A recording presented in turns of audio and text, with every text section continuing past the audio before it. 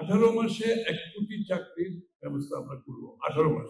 Restaurant করতে গেলে 19টা permission লাগে বাংলাদেশে। যত বেশি অফিসে না যেতে হয় আপনাকে, তত বেশি করাপশন হবে। রেস্টুরেন্ট করতে গেলে 19টা পারমিশন লাগে বাংলাদেশে। এটা হচ্ছে এত ওভার রেগুলেটেড কান্ট্রি, সাধারণ মানুষের পক্ষে এগুলো অতিক্রম করে ব্যবসা বাণিজ্য করা সম্ভব না।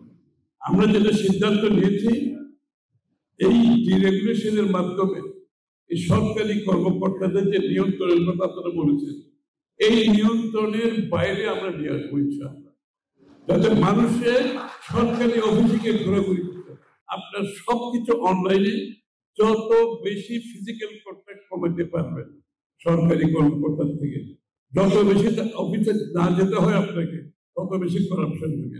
ওই যে মাল কাপড় আমদানি করে যখন রপ্তানি করতে হয়, তখন কিন্তু একটা সার্টিফিকেট লাগে সরকারের, যে আপনি এত মাল আমদানি করছেন, এত কাপড়, এত রপ্তানিটা ঠিক মতো করেছেন।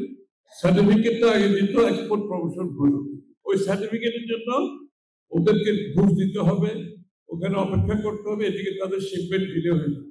এবং আমার বিরুদ্ধে সরকারি কর্মকর্তারা অবস্থান নিয়েছে, প্রধানমন্ত্রীর কাছে চিঠি লিখেছে আমার বিরুদ্ধে, যে উনি সরকারের কাজ একটা অ্যাসোসিয়েশনের হাতে তুলে দিচ্ছে। কিন্তু আমি সবকিছু উপেক্ষা করে সেই কাজটা করেছি। আজ পর্যন্ত বিজিএমইএতে এই কাজটা চলছে।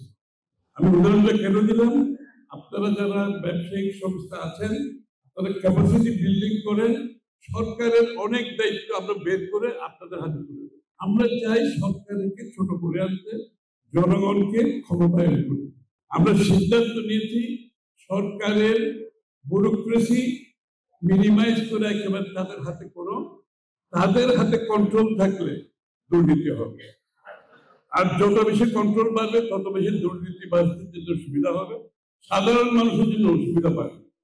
এই জন্য কন্ট্রোল সরকারের হাত থেকে নিতে হবে। এত নিয়ন্ত্রণের মাধ্যমে কোন দেশ আগাতে পারে। এই জন্য এই কাজগুলো আমরা করবো ইনশাআল্লাহ। আর এমপ্লয়মেন্টের ব্যাপারে আমরা ইতিমধ্যে আমরা ওয়াদা করেছি, নতুন প্রজন্মের আকাঙ্ক্ষা দেখে আগামী দিনের জন্য 18 মাসে 1 কোটি চাকরির ব্যবস্থা আমরা করবো। 18 মাসে। এবং আমি কোন সেক্টরে কতজন চাকরি করবে ছেলে মেয়েরা, আমরা সিদ্ধান্ত নিয়েছি, আপনাদের সামনে তুলে ধরবো।